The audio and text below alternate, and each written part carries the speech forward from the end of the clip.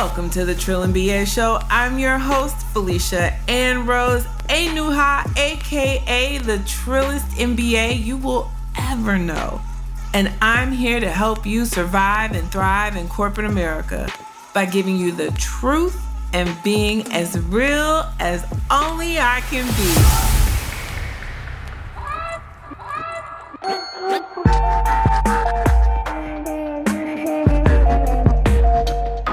Hey everybody, happy Sunday. We're gonna do things a little bit different today.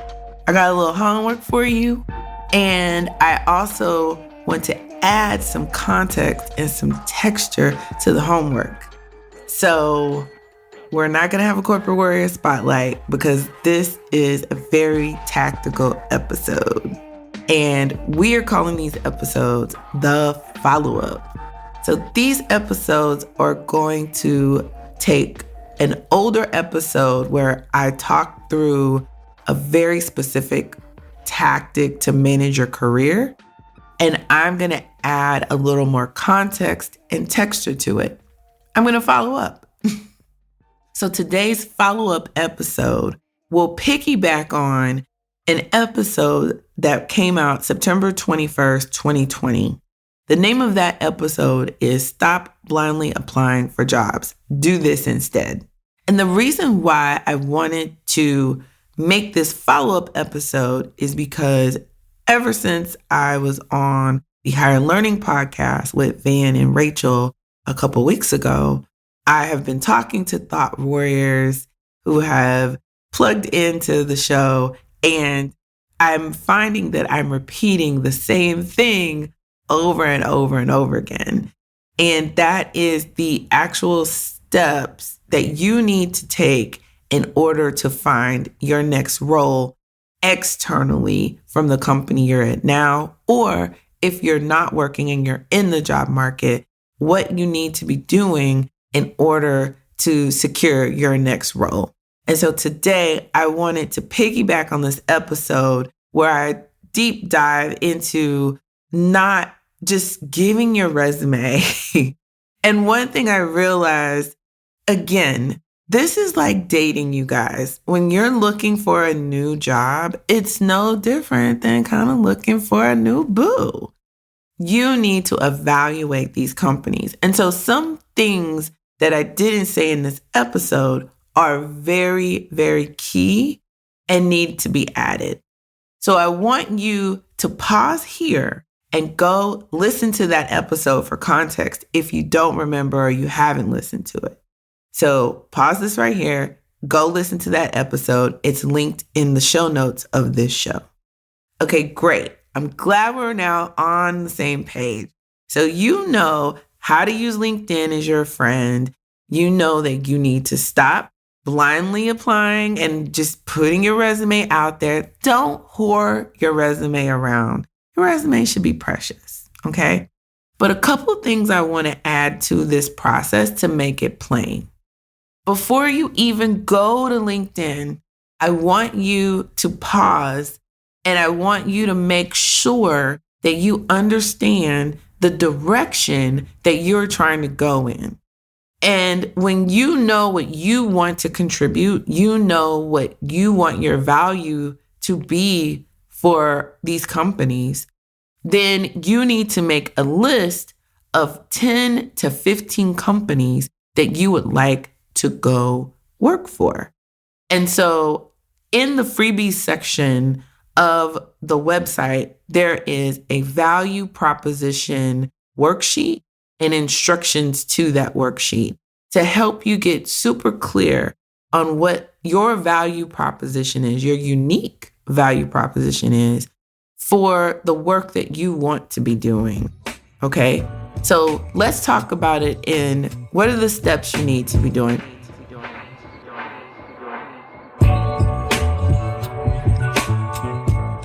Step 1, understand what your value proposition is. Step 2, make sure that your resume is updated and make sure you have a working resume that you can tweak based on future jobs that you are going to apply to. Step 3, Okay, so 1, value proposition. 2, make sure your resume is together. 3, you are going to make your target list of companies, basically. And then step 3B, so that was 3A. 3B is you're going to research and make sure that those companies are profitable. And then I want you to prioritize this list based on the cool factor or what's drawing you to that company and their profitability and the location, cost of living, and how well they've been known to pay. So you do need to do your due diligence and do your research when making this step 3 list of companies and doing your research, right? And you want to work for the most profitable company that you like what they're doing in the world, and you would like to help them in their mission, in their journey of whatever product or services they're selling, right? Step 3 is critical. It takes time, it takes effort, but you need to do it because it will inform step 4. Now, step 4 is now you go to LinkedIn based on your company targets and you start to look for people who are in your network, maybe 2 levels away from you. So you might not be directly connected to them, but you can find somebody you're connected to connect you to somebody that works at that company. And you want to start with the department or somebody who's doing similar work to what you want to do. You want to go look for those people and connect with those people. If you are actively in the job market, it would behoove you. I don't get paid for saying this, but it would behoove you to pay for LinkedIn so that you have the ability to reach out to anybody on LinkedIn without restriction, pretty much. So you want to be able to cold call people when you need to, but you really want to work to get the warm introductions. If you connect with me on LinkedIn, I'm always happy to connect you to anybody in my network. And here's the deal. When you ask for a connection request, explain that you are a listener to the show and you're in the job market and you're trying to plug in. I have a vast network of people and I try to curate it. If you're not willing to connect with people, don't connect with me because I am a connector and I'm trying to help all of us get to where we're trying to go.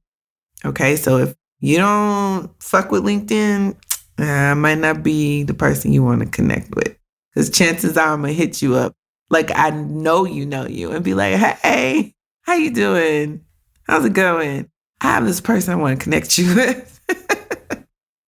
So, but we all need to be connecting and working to help each other, guys.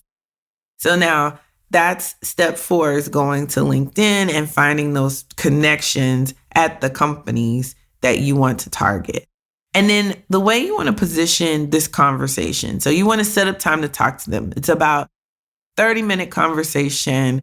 And you really just want to get them talking about their experience, how they have been at the company, if they've gotten promotions, what the company culture is like, how their onboarding process was, how their interview process was, according to how long they've been there, what keeps them there, what's fun about it. What are some of the things, like one of my favorite questions to ask is, if you had a magic wand and you could change anything about your company, what would you change if you could just flick a magic wand and change it like Harry Potter? That basically is asking, what do you hate about the company? But it's such a fun and imaginative and positive way to get at what is fucked up at their company from that person's perspective, right? And so you want to have as many of these calls as possible. Now, how you conclude the call is like this. So, hey, such and such, this has been a great call. Thank you so much for your time. This has been so enlightening. I'm hoping we can connect on LinkedIn. If you ever need anything, let me know.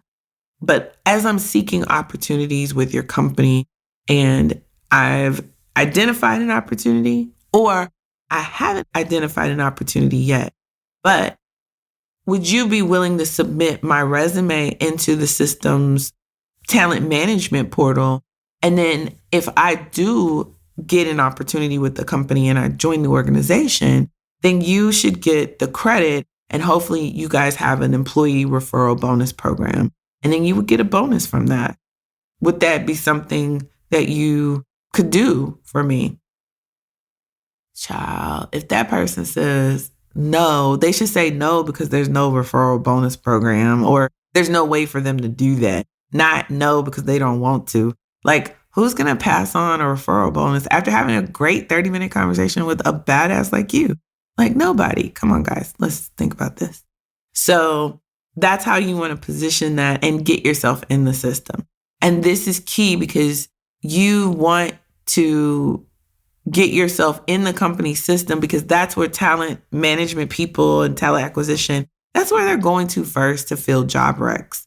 They're not going out to the third parties initially to fill the job. The vast majority of jobs that companies have are never posted on these third-party job recs. And if they are posted, it's because of some law or regulation and they're either done with the process and they just had to post the job, or they're just dotting their I's and crossing their T's. Like, half the time these jobs are posted, they're not looking for somebody for real. So that's why it's really key for you to have conversations with people on the inside. And sometimes what will happen is you'll catch the right timing, right? And you'll have these conversations and the person you're talking to will be like, oh, you know what? Well, Tom just left the company last week and he was doing a similar role of what you're saying that you're interested in doing. And I don't know if they have a plan to fill that role, but let me get your resume over to the recruiter, right? Because Tom just left. And it's perfect timing. And that's how life happens a lot of time. It's not our time, guys. It's not in our time.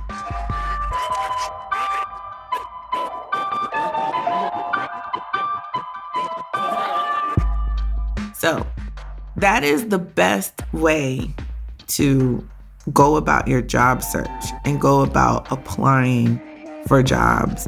You don't ever want to just whore your resume around. You want to treat it with some preciousness. You want to make sure you get a professional resume done too, guys. It's a game changer. I didn't even understand. Like, I got my resume updated because I was looking at a particular role some time ago. And I'm telling you right now, when I had Nichelle do my resume, first of all, I didn't even know that I needed an executive resume, guys. So understand, I'm in the trenches with y'all. I'm still learning. But I needed an executive resume as I was going for a VP role. And yeah, Nichelle was like, what is this? I was like, what? This is what I'm trying to do. Because she was all, you can update your own resume, Felicia. You know how to do this. And I'm like, no, I don't, girl. I don't do resumes. That's not what I do. Okay. I know my lane. And I showed her my attempt at updating my resume. And she was like, what is this? I was like, that's my resume. She's like, why is your resume still in the NBA format? I was like, because I'm an NBA, nigga. I don't know what to tell you. Like, what are you talking about? And that's how I learned that after a certain amount of years and according on what role you're going for, like if you're going for senior level roles, director, VP, senior VP, president, whatever those big dog titles are, you need an executive resume. Felicia. My bad. So, guys, we're going to keep learning and we're going to keep growing every single day.